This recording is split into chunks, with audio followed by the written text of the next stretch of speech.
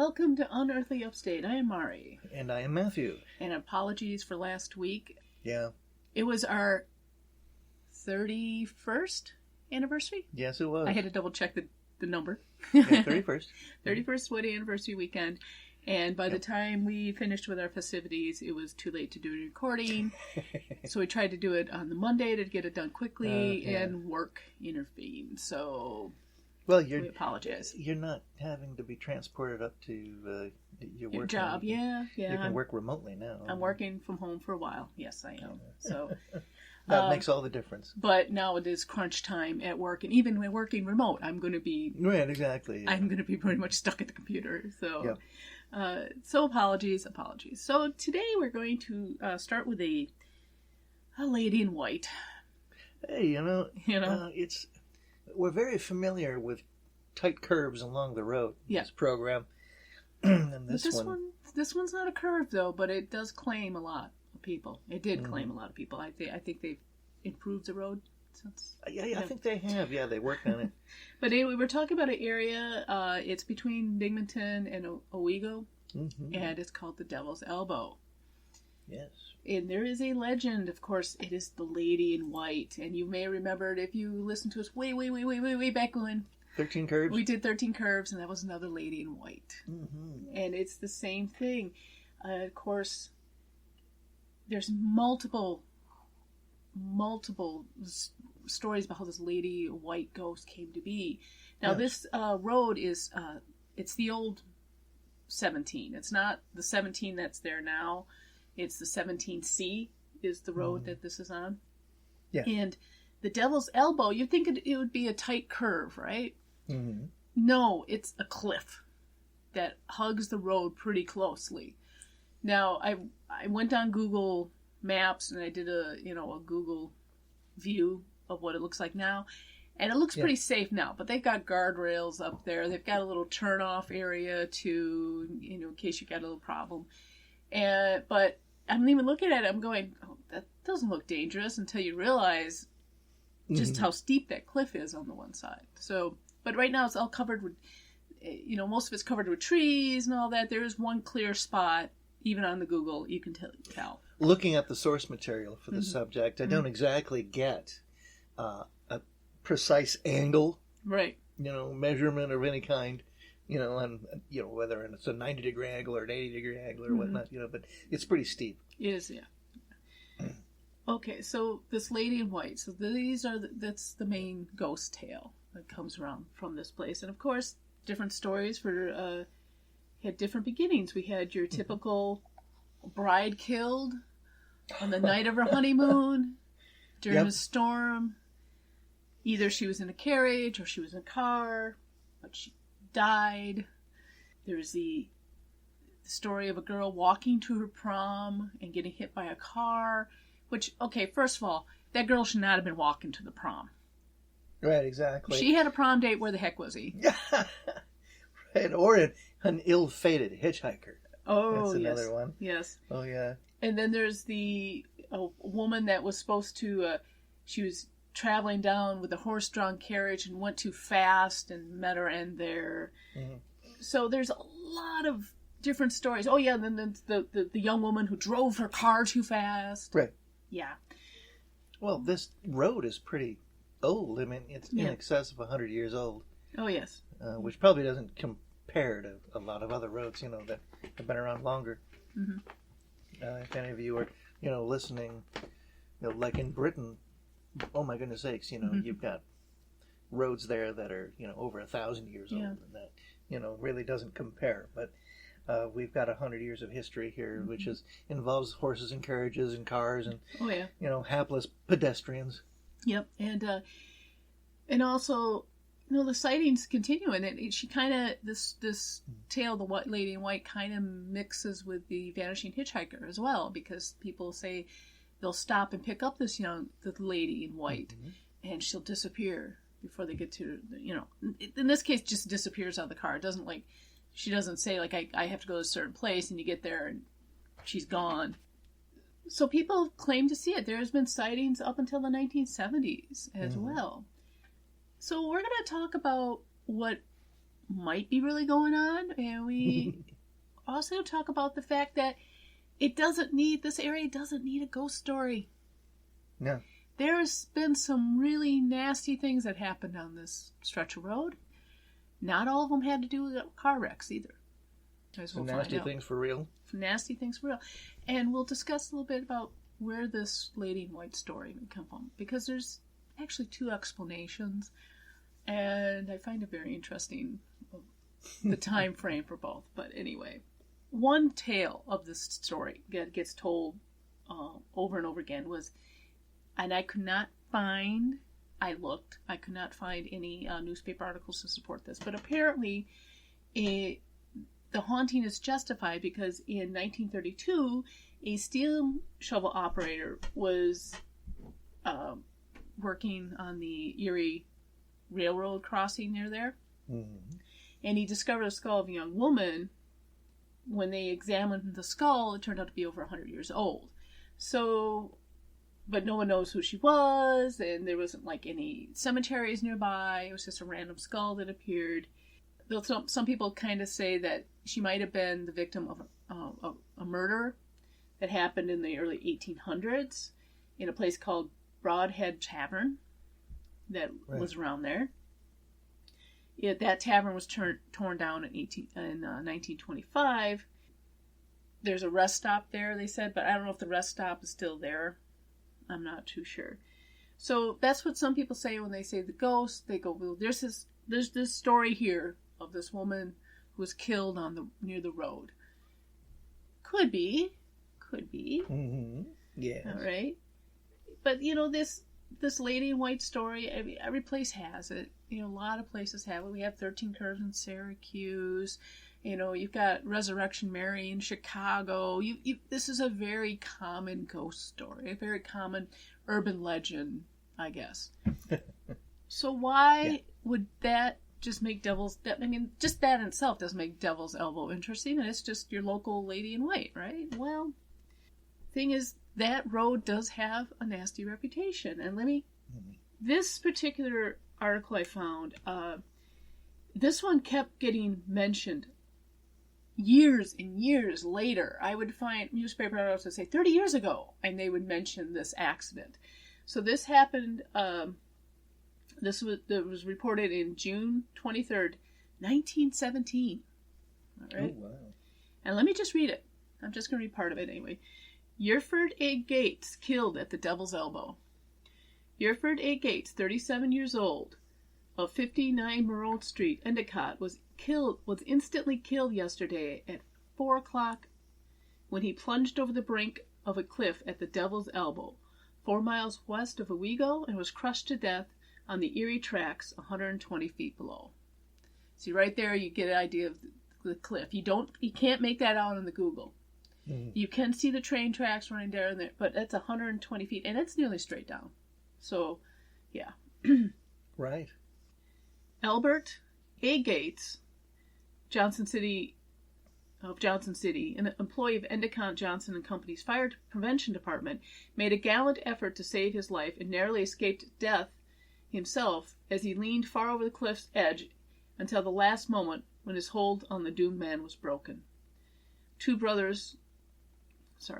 two brothers went to Elmira in a motorcycle and sidecar yesterday afternoon.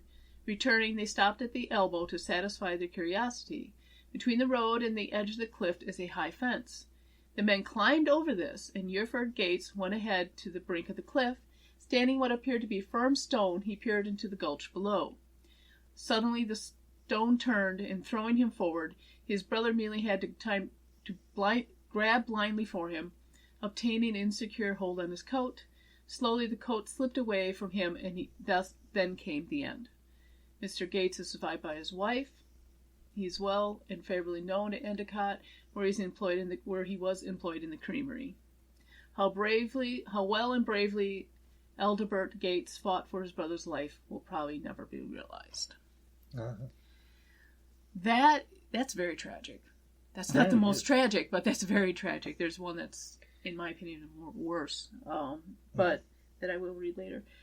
But can you imagine? The thing is, though, this happens more and more. I think I think people more nowadays are finding more and more of these types of accidents, especially in people taking selfies and social media. Yeah, taking risks that are unnecessary just to get that shot that's going to get the likes.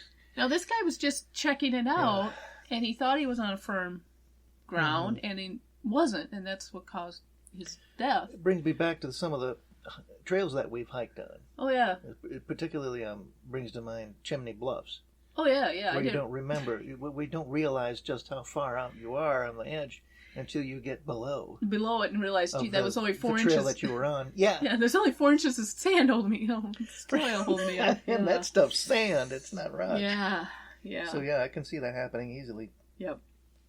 So, I mean, it's sad, but I can see this happening even today. Somebody going there to get a picture let's go to get a picture at Devil's Elbow, crawling over the guardrail. They don't have a high fence there now. They just have a guardrail. And sliding to their death as they try to take a selfie. I mean, I could see a similar death happening now. And not to deter people from going to Chimney Bluffs, it's a great place. Okay. Yeah. I'm going to read a couple more accidents that happened there. Well, this one, like I said, the one of Gates. Yes. As I was researching these older accidents, I was trying to find a certain one, and I couldn't. But it would be like 30 years ago. Hereford Gates fell to his death at Devil's Elbow. So it was very much in the public mind for decades afterwards what happened. If the paper were to write an article about the incident 30 years later on its anniversary, I'd say that it still sticks in people's minds. This one as well. This one was also mentioned decades later. This happened was reported on April 3rd, 1915. I'm not going to read the whole thing. This is a long one, but... For 22 years, victim of accident was an employee of a local plant. The tragic death of Harry B. Moore brings genuine regret among a large circle of friends.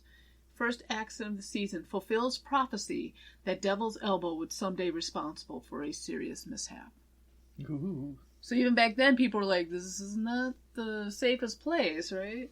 So, oh, yeah. Something's going to happen for sure. It's only a matter of time.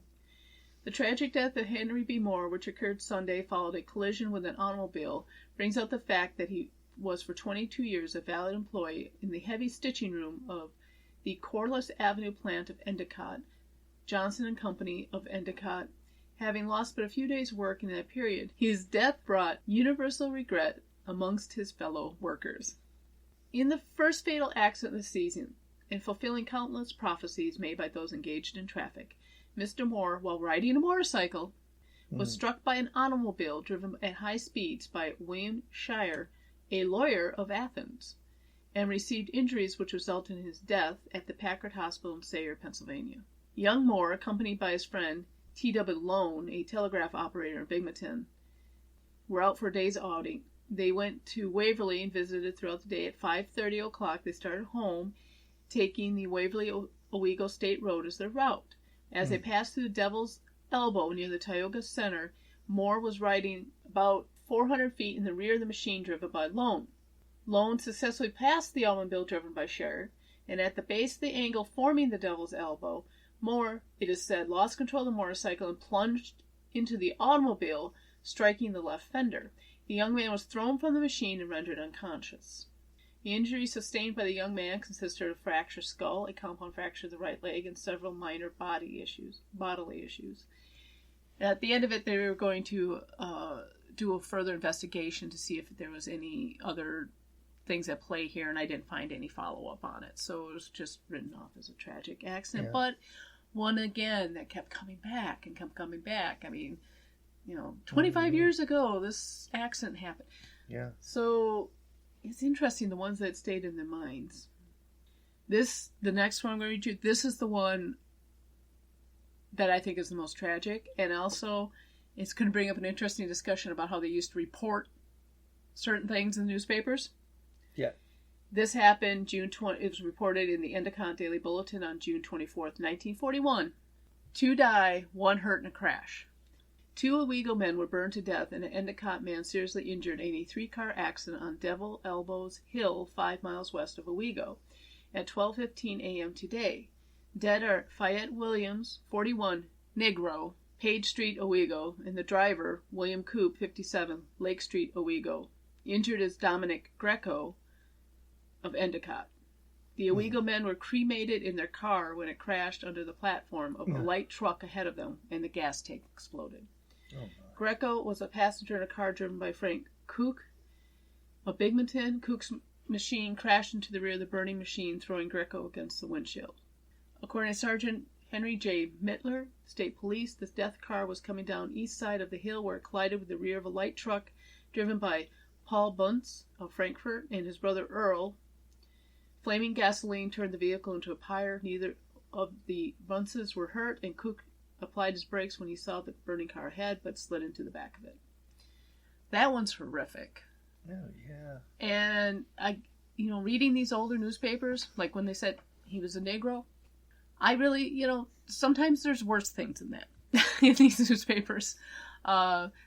Really, it's interesting. They had to state that. You know what I mean? Probably because they didn't have many blacks in that area. Yeah, but time, still. Perhaps. But what year was it? 1941. 41, yeah. Yeah. During the Second War. Mm-hmm. It's, I don't know, it kind of bothers me because when you see accidents and stuff reported today, they don't necessarily, they don't do that, usually.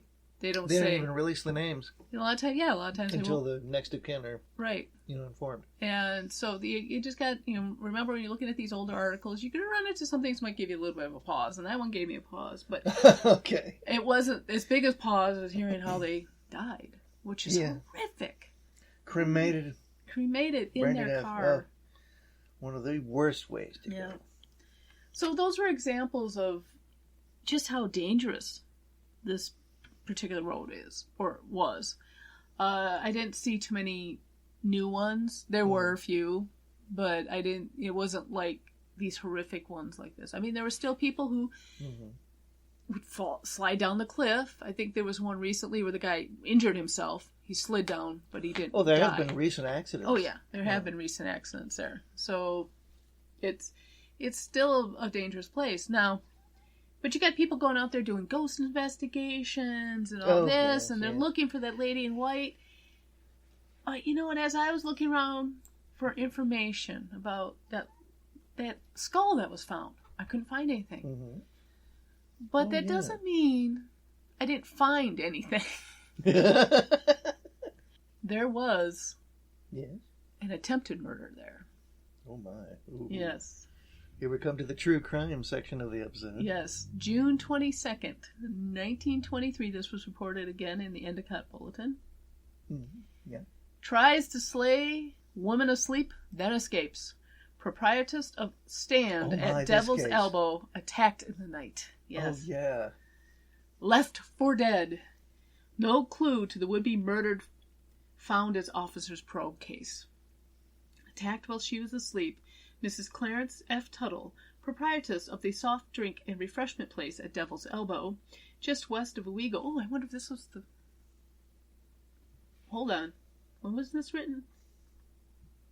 No, it wouldn't be the rest stop they were talking about, because it was that place was torn down 25. Okay, never mind. Okay. Let me go back to that. This one is for the Endicott Bulletin, June 26, 1923. Right, and they said the rest stop was made in 25, so this isn't the place. I was thinking this is the place. I was like, ooh, no, but okay, anyway.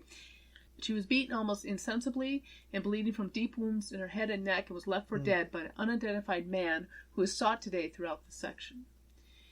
A report of the attempted murder, which occurred several nights ago, was kept secret by the officers working at Devil's Elbow, who believed any information given out would hinder their operations. The operations thus far are unsuccessful, and no trace of the assailant having been found. The only motive for this atrocious crime so far put forward is that of revenge.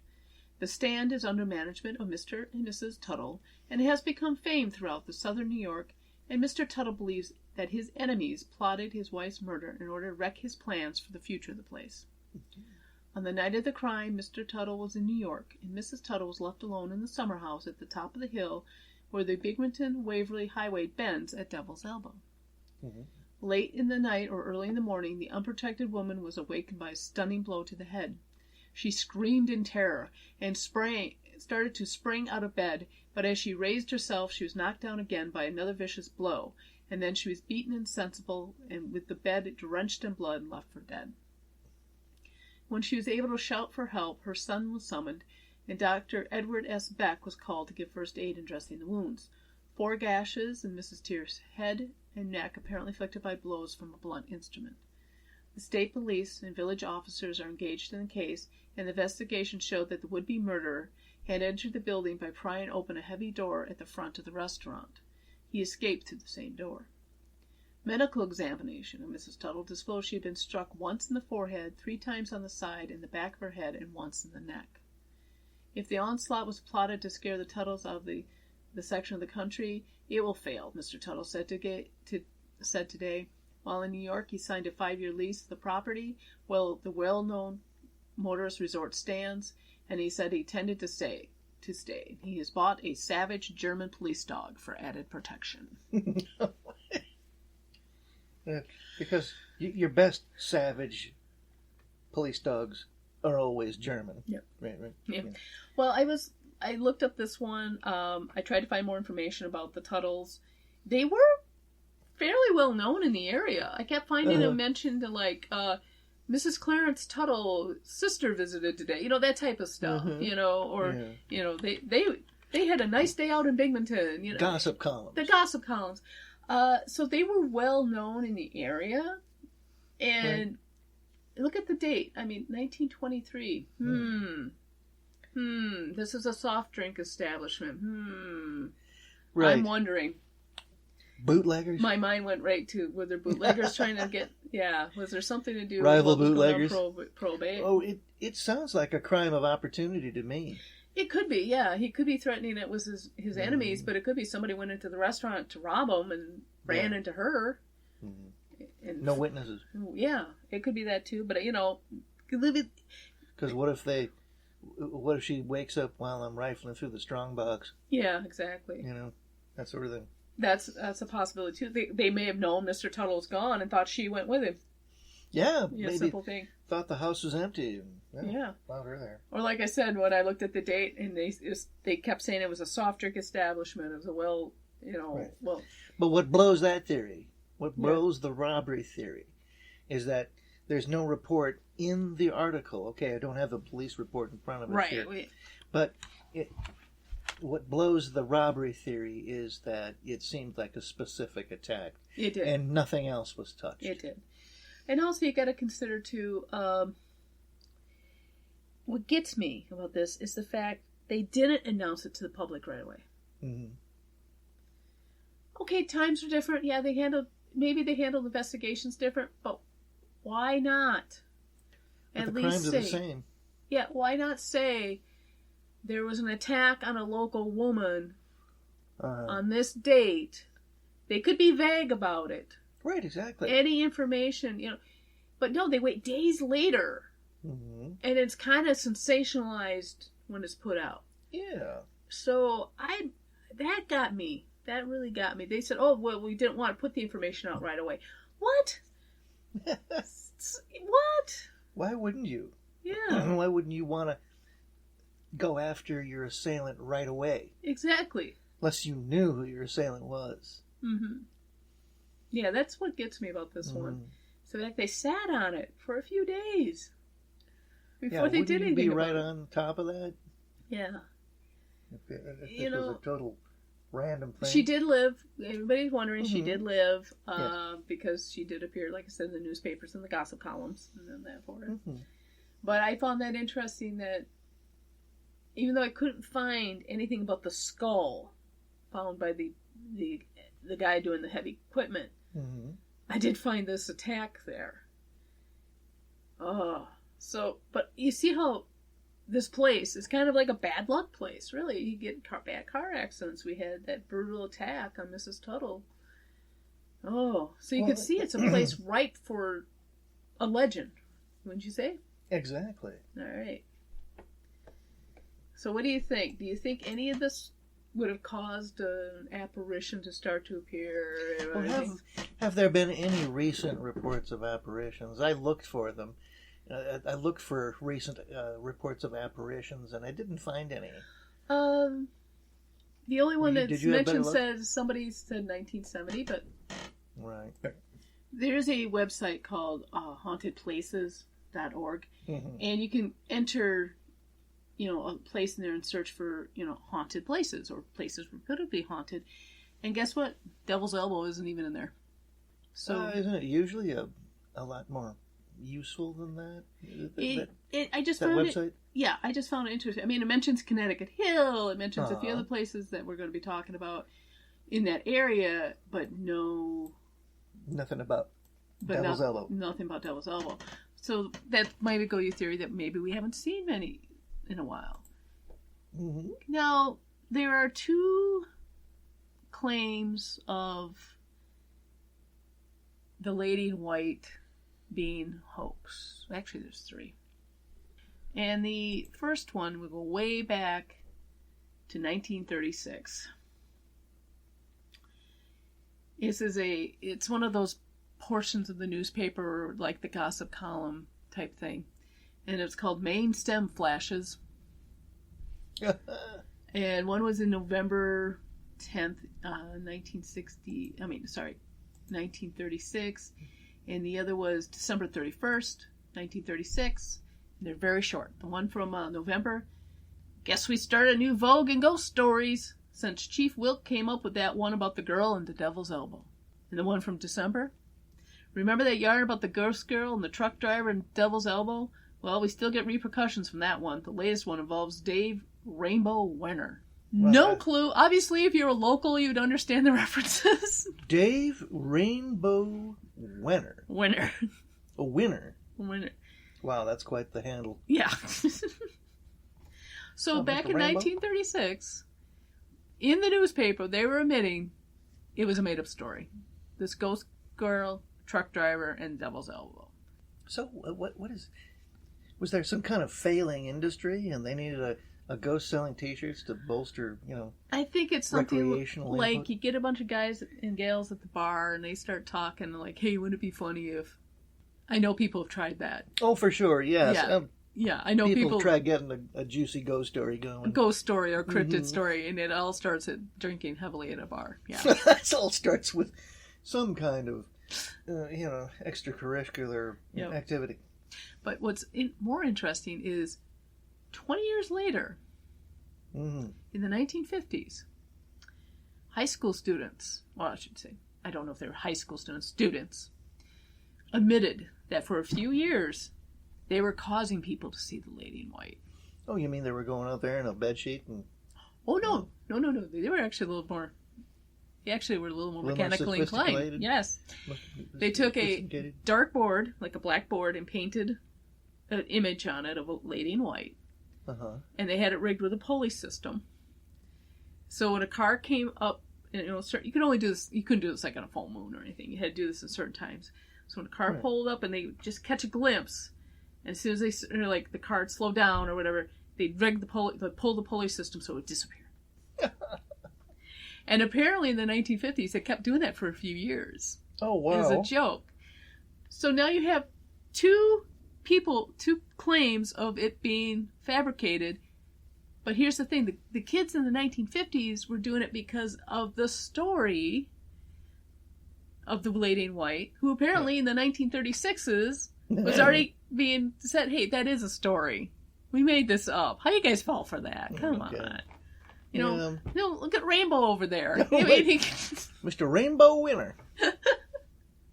So, I found that interesting that this is a place that deserves a ghost story. It does. I mean, you've got horrendous accidents. With that many accidents concentrated in one spot. Yeah, you've got that brutal beating. Yeah. Ooh. It's ripe, and then there's the Lady in White that's thrown on top of it. Mm. But you've got people admitting the Lady in White story is a hoax. Right. So I feel sorry for the ghost adventurer people that go out there with their equipment and say they pick up something. Well, you're not picking up the Lady in White. You might be picking up one of the other. You might be picking up, what was that guy's name? Gates? Yeah, Hereford. You might be picking up a Hereford. You might not be picking up the Lady in White. Yeah.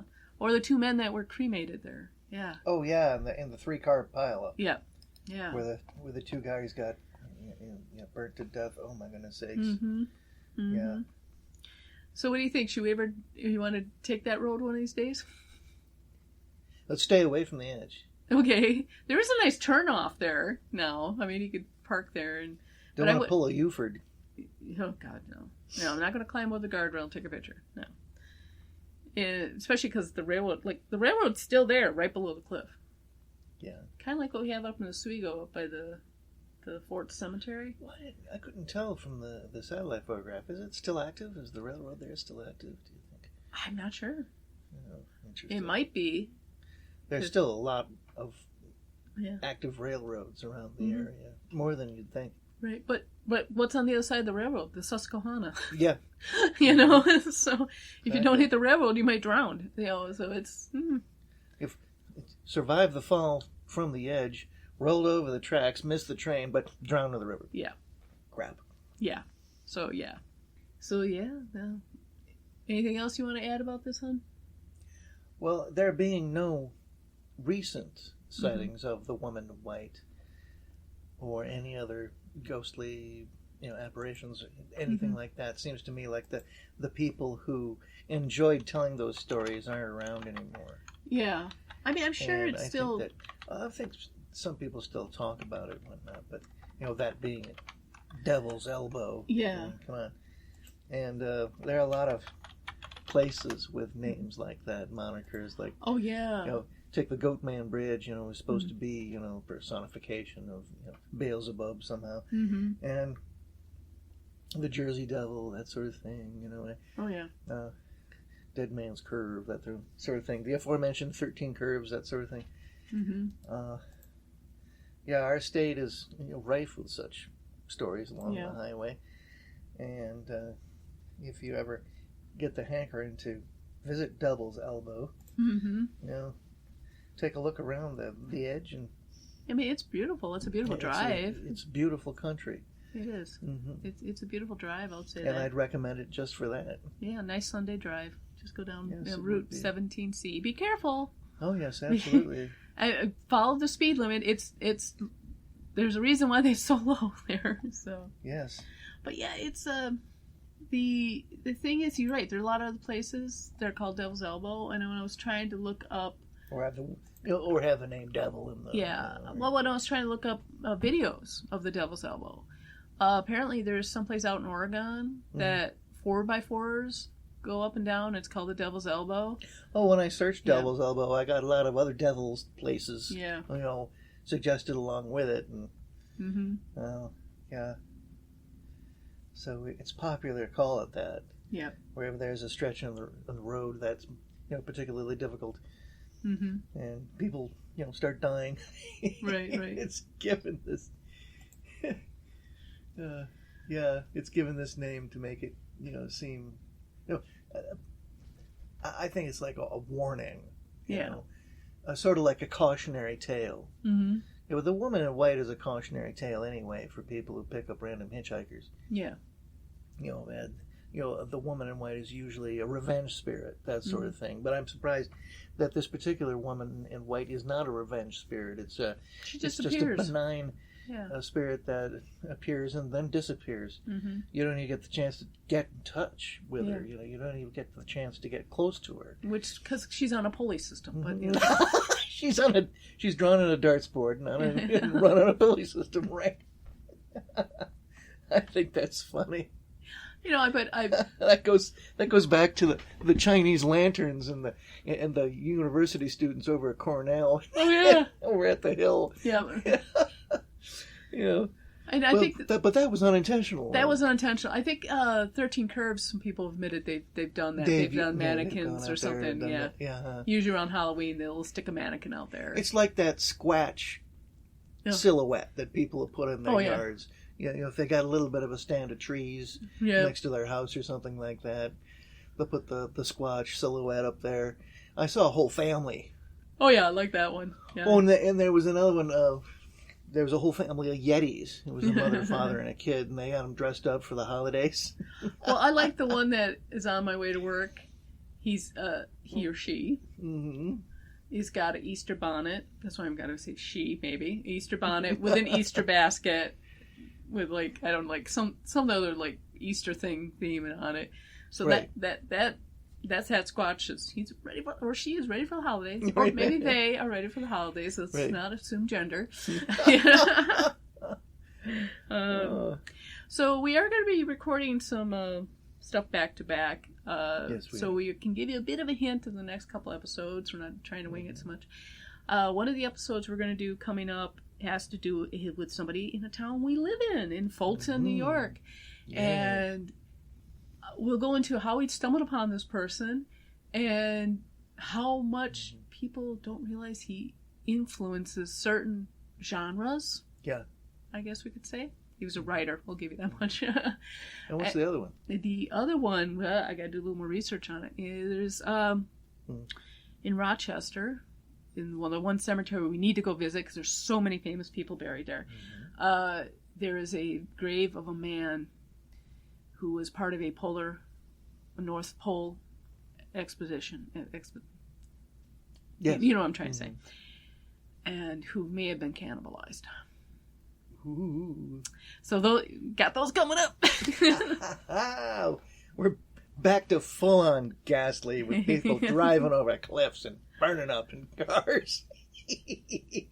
So, thank you again for welcome back. Yes, welcome back. And thank you for listening to our ghastly podcast. Bye.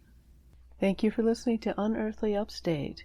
You can find us on Facebook, Twitter, Instagram, YouTube, Patreon, and on our webpage. We are also on Apple Podcasts, Spotify, Spreaker, Stitcher, Podbean, Google Podcasts, and CastBox. Please like, share, and review on your favorite platform. Unearthly Upstate is an Animator Liar production. The show is produced by Mari and Matt Manette, with purring provided by Honey and Lloyd. Research and writing by Mari Manette. Music is by Kevin MacLeod, licensed under Creative Commons Attribution 3.0 license. Unless otherwise stated in the episode, the places mentioned in the broadcast are not paid or contact us for any type of promotion. Please check out our webpage for credit and sources for the episode. Thank you.